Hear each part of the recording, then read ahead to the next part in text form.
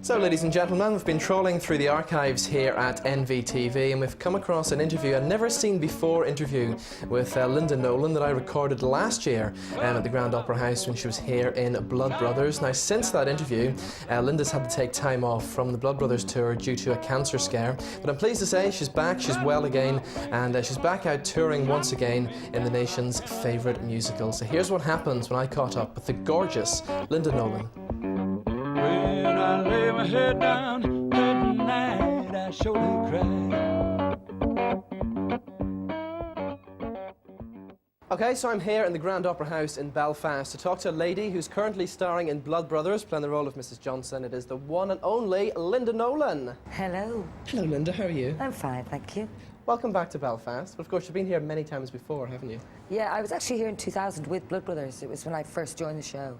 Then I went into the West End for 2 years, and now we're back again. All right. And I was reading somewhere the other day that it was 25 years almost from you first walked on stage at the Grand Opera House. Is that correct? I left my sisters in 83 and in 84, so it's 20 years. Oh, right, okay. Making you sound older. Well, I know.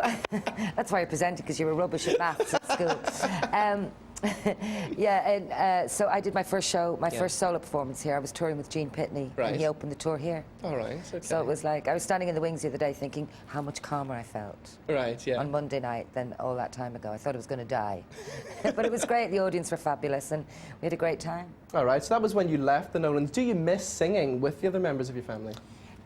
Yeah, I miss the harmonies and the routines, you know, we used to have a good time, but I've never regretted leaving. I had a great time with the girls, and I did only leave the act, not the family, so they're all very supportive. All right, and you were very young when you first went on stage, weren't you? You were about 4, I think, isn't that correct? Yes, I've done my research. We used to sing with our mum and dad, because we were born in Dublin, and our mum and dad were singers in their own right. Our dad was quite famous in Ireland at the time, and our mum was more of a straight singer, light opera. And they met, became a double act, and then they moved to England because of work, really, because the working men's club scene was bigger in England. And then as we were born, it was like, it wasn't, is it a boy or a girl? It was, is it can it sing? Right, yeah. But yeah, it used to be a treat for us to go along with them and maybe get up and do a song. But then at one time we all sang together, the 6 girls, our 2 brothers and our mum and dad, and we were then called the Singing Nolans. Right. Blackpool's own Von Trapps. And there still is a Nolan in Blackpool every year, it seems, isn't there? There is, well, we've all kind of, we moved to London in '74 because of work, when we became the Nolan sisters. But gradually everybody's moved back. I had my own show there for 10 years, Maggie Mays. And so we moved back, my husband, Brian, who was our tour manager and sound engineer when I was with the girls. We met through the show and we married, and we moved back as well. He now manages me, Brian. And our mum is there, and Anne, and Maureen, and Denise, and Colleen, all live in Blackpool. Bernie lives in London because she's doing the bills, so she has a beautiful house in Surrey. All right. And taking you back to when you were singing with the family, you toured with Frank Sinatra. That must have been a great, one of the biggest highlights, wasn't it? Oh, definitely. In 1975, we did the European leg of his world tour. I was 15, and we were absolutely Sinatra mad, because that's the music our dad brought us up on, you know. And Sinatra was my dad's hero, you know.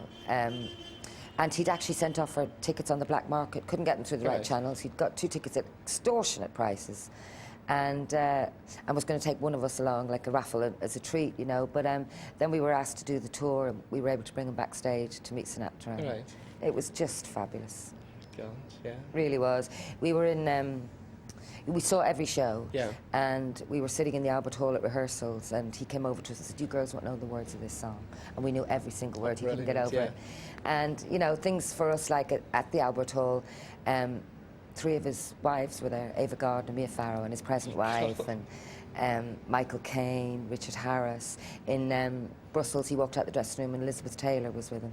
It was just fairy tale with 60-piece orchestra. It's just unbelievable.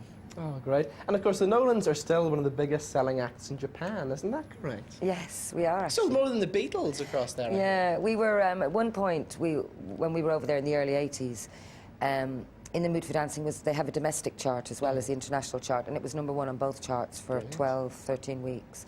And at the time, we'd sold more records than the Beatles, and the first European act to top their domestic chart, and we did the Budokan, which holds 13,000. We did 2 nights there and 7 other shows in Tokyo. It was just phenomenal, absolutely brilliant.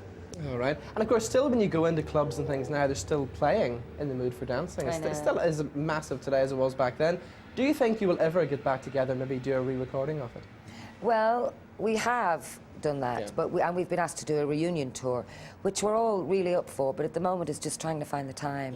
You know, I'm busy with this, Bernie's doing the bill, Colleen's got her TV presenting, and it's just trying to find the time because we want to do it properly. We don't just want to throw it together and, you know, take the money and run. All right, now back to Blood Brothers. The role of Mrs. Johnson is a pretty demanding role, isn't it? It certainly is, and I absolutely adore it, though. It's, for me, it's my first venture into serious drama. It was so daunting, you know. So it's an honour to play this role because so many fabulous people have done it. Barbara Dixon, Helen Reddy, Kiki Dee, just to name a few. And it's a real roller coaster of emotion, so you get to show every aspect of your acting, if you like, and also great songs. And that's why after 4 years, I did 2 years in the West End and then came back out on the tour. After 4 years, people say to me, "Are you not bored?" And really, you know, as an entertainer, I don't know what more you want. You're in such a credible show that sells out and you get standing ovations every night. And they pay me. It's great, I love it. I'm still really enjoying it. All right, so you're back in Belfast for a 2-week run this time. That's right. And I hear you've kind of brought the whole family with you, because your husband's here, and I hear there's somebody else here with you, isn't that correct? Oh, I'd have brought him along if I'd have known. I'm dying to meet him, actually. He's stealing the show at the moment. He's, it's Hudson. We have he's a Bichon Frise, a bit like the poodle range, only he's not a poodle. The white fluffy dog, and he's 5, and he's been on the tour with, you know, since I've been doing Blood Brothers. He's kind of like a little mascot now. They even get him birthday presents, the cast. They're becoming as sad as I am. But yeah, he travels with us all over the place, and he was on the front of the Belfast Telegraph on Saturday. You know, he's just demanding now, become a diva. You know, has a little cravat, cigar holder. Okay, so when you finish in Blood Brothers, is there more tour dates in England? Well, we go from here. We're up until November the 27th, then we break for Christmas, and then it starts all over again in January. But at the moment, I'm having a ball. Great. Really enjoying myself. Great stuff. And it's good to see you again. Good to see you again as well. And what a fabulous swivel you did there. Did you like the swivel? Marvellous. I'm glad, because I was worried about the swivel. I rehearsed the swivel. Do you? Well, swivel out. Linda, it's been lovely talking to you again. Thanks you. very much. I will swivel back out again. So there you go, Linda Nolan.